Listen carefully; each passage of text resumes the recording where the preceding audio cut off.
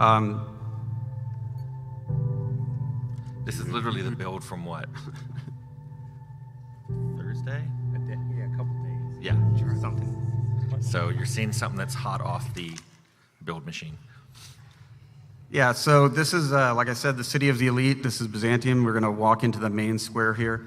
The orrery in the center there, that's a representation of the colony and all the planets in the colony. But as you walk around, as we walk around and look at stuff, you'll notice that on some of the walls there's holes and cracks and grime. From a distance it looks perfect, but even Byzantium is starting to show some wear and tear. You can see the facade. Basically, all of this is just built on facades of prepackaged or pre-made, prefabricated housing.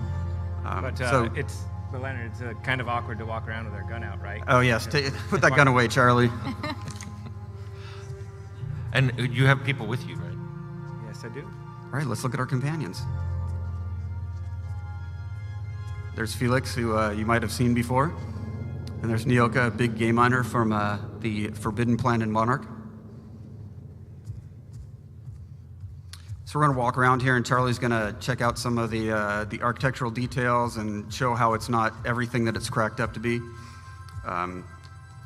place has been quarantined because of sprats. Over on this other side here, I believe there's a wall where you can see the pipes and the guts of the building through cracks in the walls. And of course, everywhere you look, there are ads for products you can buy and find around the colony. This particular colony had 10 different companies found it, so you are exposed to advertisement at all times. So what we're going to do is we're going to actually show you part of a little quest here. Megan's going to walk us through it. We've already got the basic beginning of the quest, so she's going to walk us through it from there. Take it away there, Megan. So we're headed to Odeon Pictures, which is one of the film studios that makes all the propaganda movies in the game, which you can see one of the posters there. And one of the directors, Maverick, saw you on the street, and he thinks that you have what it takes to be the next big star for his company. So he really wants you to go in and audition for one of the propaganda movies. So the receptionist can greet you when you come inside. Oh, did you guys want to talk about the poster? Oh, we're going to say something about Titus Andronicus poster. Titus Androidicus? Androidicus poster. I just... Featuring Burbage 2000 and 3000. I just love our movie posters, and obviously we have a lot of Futurama fans on our staff. Yeah. But mostly Tim. No, it's a great show. Yeah, so we're going to head upstairs to the audition. And we're going to turn that down slightly.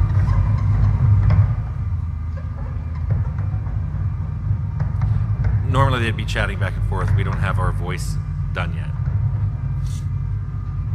Felix got to fix it. Yeah.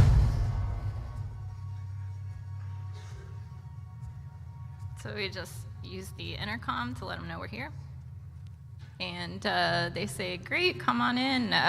So they just want to let us know that they're going to be using live weapons in the audition for optimal product placement and to add a little bit of realism to it. So. And that sounds good to me. I can work with that. Yep.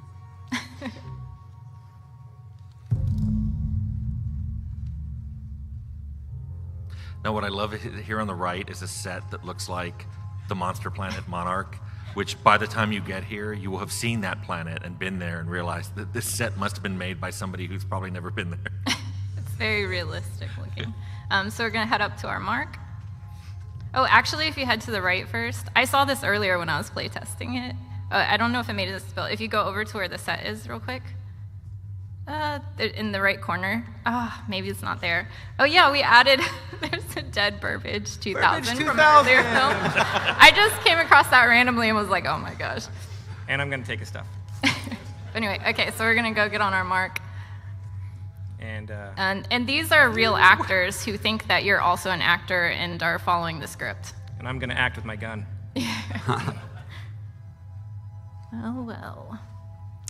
So you're playing the part of an evil captain. Well, actually, no, you're the good guy. You're stopping them from trying to steal all the supplies from the town.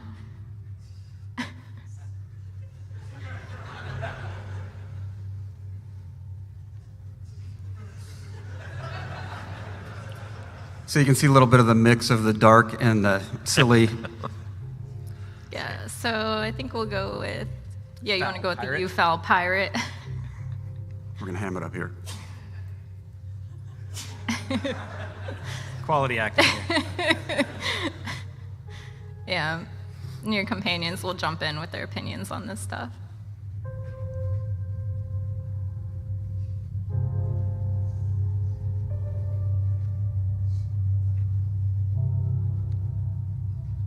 I think we should remain stoically silent.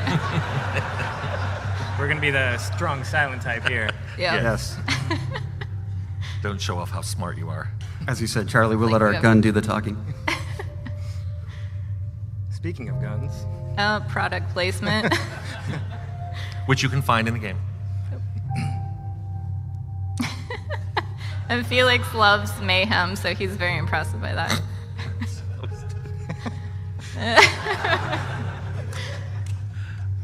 so a little bit of humor in this game. Yeah, I still laugh at the humor every time I play. You should read the flavor text on every object. Exude wordless fury. Fury.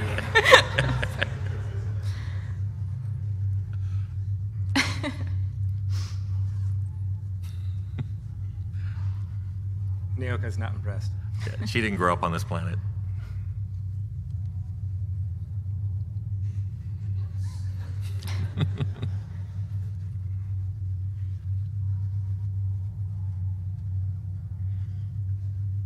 All right, let's get to the good stuff. I think it's time, Charlie. All right. So you could play out the quest. Oh wait, go. Oh, make your eye twitch. Oh yeah, I'm gonna. Yeah, make your eye twitch first. Wait. Can't miss that. Speechless.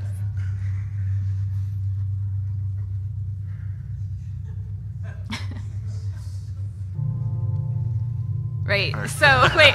So you could play out the quest normally through dialogue options, but I think we definitely want to go murder crazy.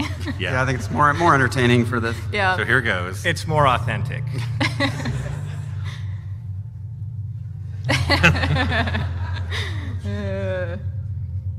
Safety soft.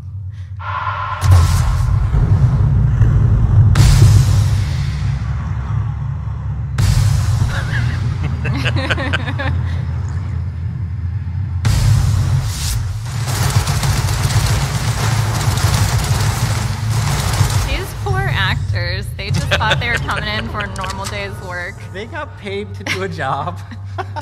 And Maverick Johnson, the director, he loved the authenticity and your. Yeah, he's coming up to let you know how your performance was.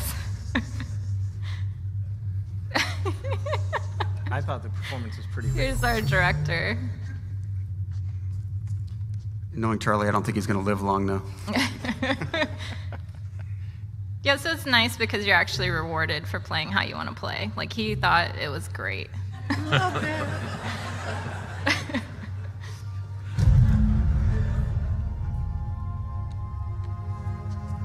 And, I think we should kill him too. I'm just saying.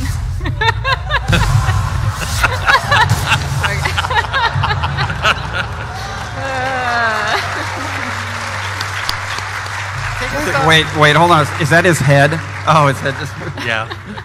It vaporized. and we take all of his stuff because that's what we do. All right, so now we're gonna have some fun outside and show these people what we really think of their elite town. Now, during the game, if you're on a regular playthrough, you're unlikely to be fighting in this town, although you can kill everybody and anybody if you want. But we just thought it would be fun to show you what it would like if combat actually took place in this beautiful city. But let's be sneaky about it. Let's put our gun away. Yeah. Yeah, so no one will expect anything. Although, Charlie, can you explain some of what we saw, the slowing down of time, things Yeah. like that? So tactical time dilation is where we are trying to give opportunities both for people who aren't the best shooter players, an opportunity to, in the normal fast-paced gameplay, slow it down a little bit, get their bearings, and then make decisions that actually will help them during the combat. We have location-based hits where shooting them in different spots will actually inflict certain status effects, giving you bonuses. So as things get extraordinarily difficult, it is a pretty handy tool to have. Nice gun. I might take that later.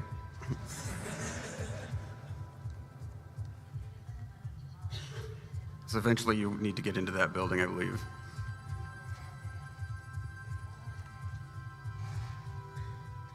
Now you want to dress the companions appropriately? No, That's right. this is a restricted area where we don't have access, but I'm gonna just try walking in and see what happens. Oop. It's off limits, so they don't want me there. I'm just gonna ask some questions. It's cool.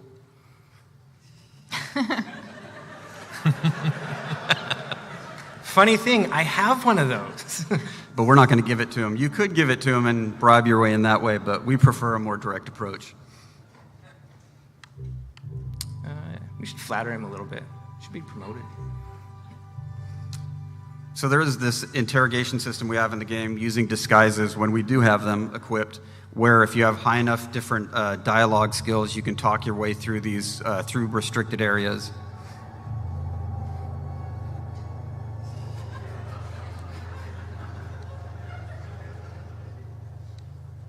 So here's where you actually could give him a grenade launcher. Because he really wants one. But let's not do that. We need to equip Felix correctly. I think he's under armored. All right, let's go in here real quick. And, Oop. I'm gonna put the pink briefcase on his head. He even has a temporary icon. That's how. Now we're ready to start fighting. That Oh helmet. my god. Oh, Felix. That helmet is available for sale in the game at your nearest Spacer's Choice vendor. And we should get stuff started with a bang. Let's That's go. right. Let's do it. Or do kick to the Felix. face. All right, Felix, have fun.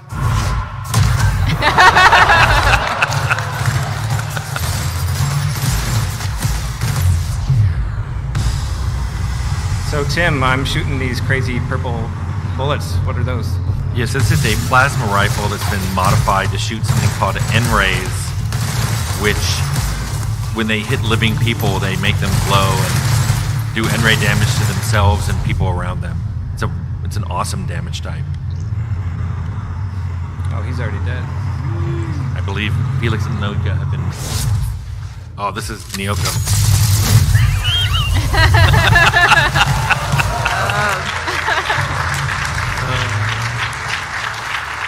It cuts off a little bit now, but before she does that, she takes a swig off of her flask, so it really defines her character well.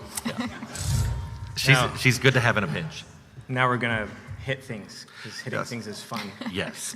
And this is using the corrosion. So this is our Inferno side that you might have seen from our earlier trailers, but this is actually modified to do corrosion damage. And corrosion damage is good for heavy armored things. These mods are also available for purchase at nearby weapons vendors. At fine retailers everywhere. But, yeah, I'm gonna, don't mind. Oh, and civilians, yeah, it's okay. Aw, poor top hat person. We could.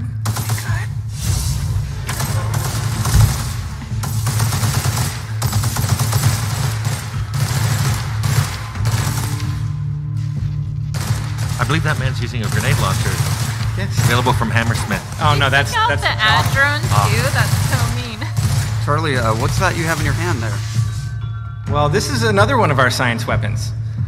So we've made some science weapons, and if you don't know what those are, they are some weapons in this universe that aren't quite normal, and they all have strange and weird effects. We've talked about the shrink ray before, but this one is called the mandibular rearranger. So if you're guessing what that does, it rearranges mandibulars. This was a bug in the game. It started as a bug, and we liked it so much we decided to make a science weapon based around it. So this nice lady here, we're gonna rearrange.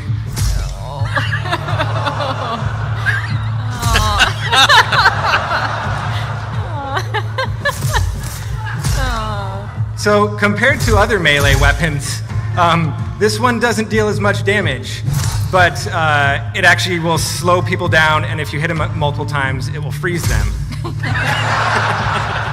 As well as do some rearranging of faces.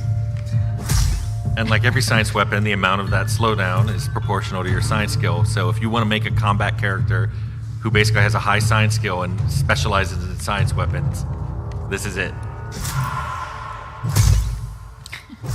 It's also funny.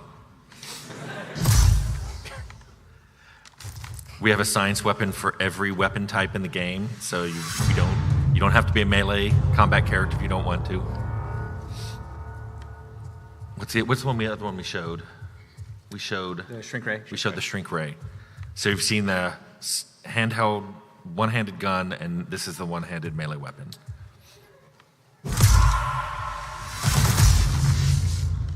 Thanks for your stuff. And let's head into the bar here. Don't mind me. It's cool. It's cool. I love the chef bots. They're so cute.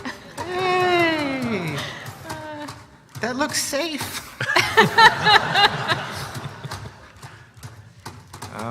And should Felix kick someone?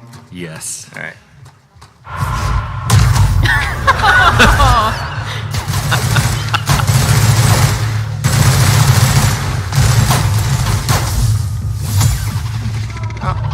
What? Okay.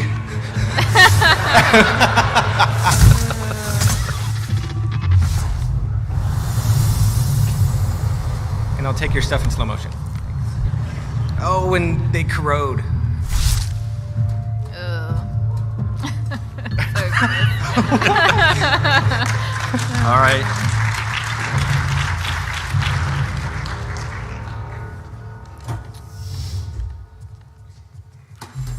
And yeah, I can just go around and keep I mean, doing you can stuff. we'll kick one more person, and then actually, Yeah.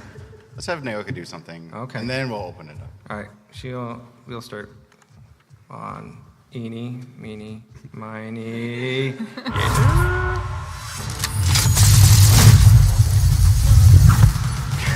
Oh, this is overkill.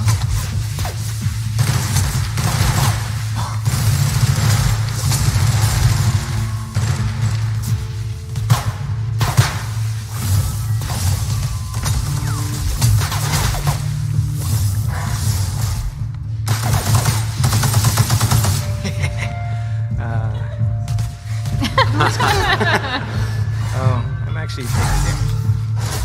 Oh, you were dying there. I know. Oh yeah, that's say Aw. it's okay.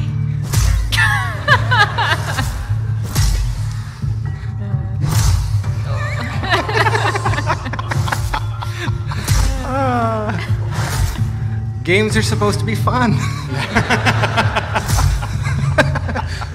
Okay.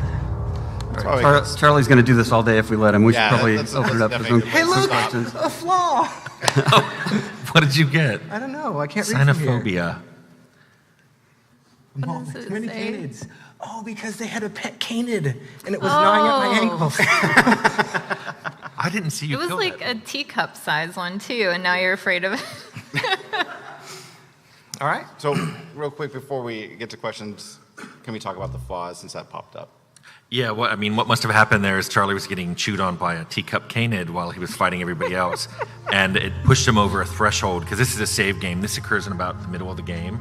So the game is monitoring everything you're doing and keeping track of how much damage you take from different things, and how much time you've gotten hurt, or taken falling damage or anything like that. So occasionally and it really depends on your playthrough, it'll just offer you this flaw. And if he had taken that, he would have taken more damage from any canid that attacked him because he's terrified of canids, but he would take more, he would be able to pick another perk immediately.